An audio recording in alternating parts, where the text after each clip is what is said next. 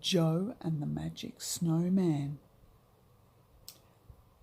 Moonface was most upset to see Joe disappear. "I told him not to, I told him," he groaned. "You didn't," sobbed Fanny. "Your mouth was full of toffee and all you could say was ooble, ooble, ooble. And how would we know what that meant?" "Where's Joe now?" asked Beth, quite pale with shock. Yes, indeed, where was Joe? Someone had lifted him right off the ladder up into the land of ice and snow, and there, strangely enough, the moon and the sun were in the sky at the same time, one at one side and the other at the opposite, both shining with a pale light. Joe shivered, for it was very cold. He looked up to see what had lifted him off the ladder, and he saw in front of him a big strange creature, a snowman. He was just like the snowmen Joe had so often made in the winter time, round and fat and white, with an old hat stuck on his head and a carrot for his nose. "This is luck," said the snowman in a soft, snowy sort of voice. "I've been standing by that hole for days waiting for a seal to come up, and you came." "Oh," said Joe, remembering that seals came up to breathe through the holes in the ice.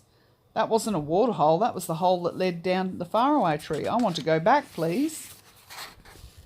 "The hole has closed up," said the snowman.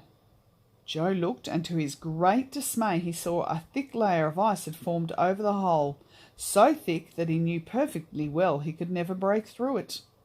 "Whatever shall I do now?" he said. "Just what I tell you," said the snowman with a grin. "This is splendid. In this dull and silent land there is nothing but polar bears and seals and penguins. I have often wanted someone to talk to." "How did you get here?" asked Joe, wrapping his coat firmly around him, for he was bitterly cold. "Ah," said the snowman, "that's a long story. I was made by some children long ago, and when they had finished me, they laughed at me and threw stones at me to break me up. So that night I crept away and made myself king. But what's the good of being king if you've only bears and things to talk to? What I want is a really good servant who can talk my language, and now you've come." "But I don't want to be your servant," said Joe indignantly. "Nonsense," said the snowman, and he gave Joe a push that nearly sent him over. Then on big, flat, snow feet he moved forward to where there was a low wall of snow. "Make me a good house," he said. "I don't know how to," said Joe. "Oh, just cut blocks of this stiff, icy snow and build them up one on top of another," said the snowman. "And when you've finished, I'll give you a warm coat to wear. Then you won't shiver so much." Joe didn't see that he could do anything but obey, so he picked up a shovel that was lying by the wall and began to cut big bricks of the frozen snow. When he had cut about 20, he stopped and placed them one on top of another till one side of the round house was made. Then he began to cut snow bricks again, wondering all the time how in the world he would ever be able to escape from this strange land. Joe had often built little snow houses of soft snow in his garden at home during the winter. Now he had made a big one with proper snow blocks as hard as bricks. He quite enjoyed it, although he did wish the girls were there too. When he had finished it and made a nice rounded roof, the snowman came shuffling up. "Very nice," he said, "very nice indeed. I can just get in, I think." He squeezed his big snow body inside and threw out a thick coat for Joe, made of wool as soft and as white as the snow all around. Joe put it on very thankfully. Then he tried to squeeze in after the snowman, for he wanted to be out of the cold, icy wind. But he was so squashed between the snowman and the walls of the snow house that he couldn't breathe.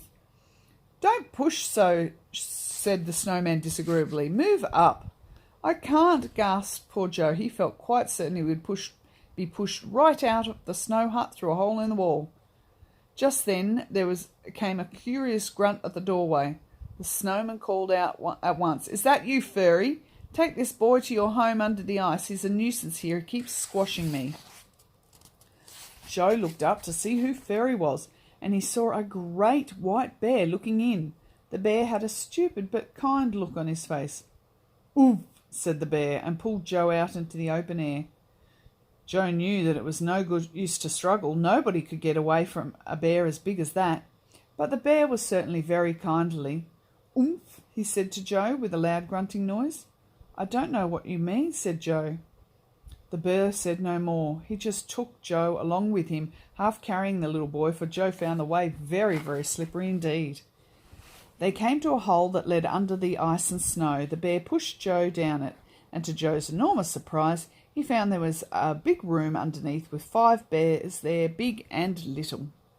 It was quite warm there too. Joe was astonished, for there was no heater, of course. "Oomph," said all the bears politely. "Oomph," said Joe. That pleased the bears very much indeed. They came over and shook paws with Joe very solemnly and oomphed all over him.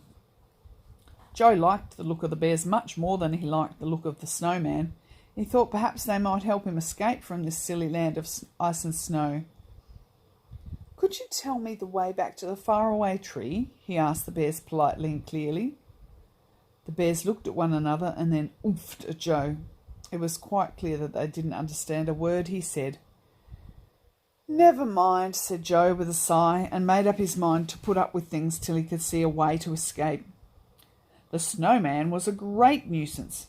No sooner did Joe settle himself down for a nap, leaning his head against the big warm body of a bear, than there came a call from the snow house. "Hey boy, come here and play dominoes with me."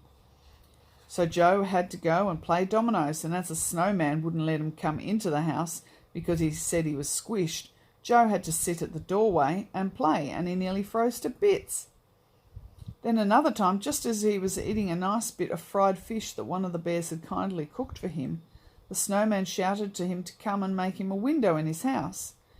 And Joe had to hurry off and cut a sheet of clear ice to fit into one side of the snow house for a window. Really, that snowman was a perfect nuisance. "I wish to goodness I'd never stepped into this silly land," thought Joe 100 times. "It's a good thing the bears are so nice to me. I only wish they could say something else beside oomph." Joe wondered what Beth and Franny were doing. Were they very upset when he didn't come back? Would they go home and tell their father and mother what had happened? Beth and Franny were upset. It had been dreadful to see poor Joe disappear through the cloud like that. Moonface looked very solemn too. He could speak quite well now that he had swallowed all his toffee. "We must rescue him," he said, his face shining like the full moon. "How?" asked the girls. "I must think," said Moonface, and he shut his eyes. His head swelled up with his thinking. He opened his eyes and nodded his head. "We'll go to Goldilocks and the 3 bears," he said. "Her bears know the land of ice and snow. She may be able to help Joe that way." "But where does Goldilocks live?" asked Beth in wonder. "I thought she was just a fairy tale."